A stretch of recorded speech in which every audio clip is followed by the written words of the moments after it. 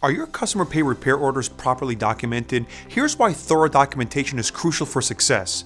To increase warranty rates, dealerships must provide clear documentation and detailed repair orders that align with both state regulations and manufacturer requirements.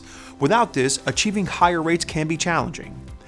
Incomplete or inconsistent documentation of repair orders leads to denied rate adjustments, requests, missed revenue opportunities, and a lack of leverage with the manufacturer. Let's connect to discuss how we can support your dealership in achieving a high parts and labor warranty reimbursement rate increase.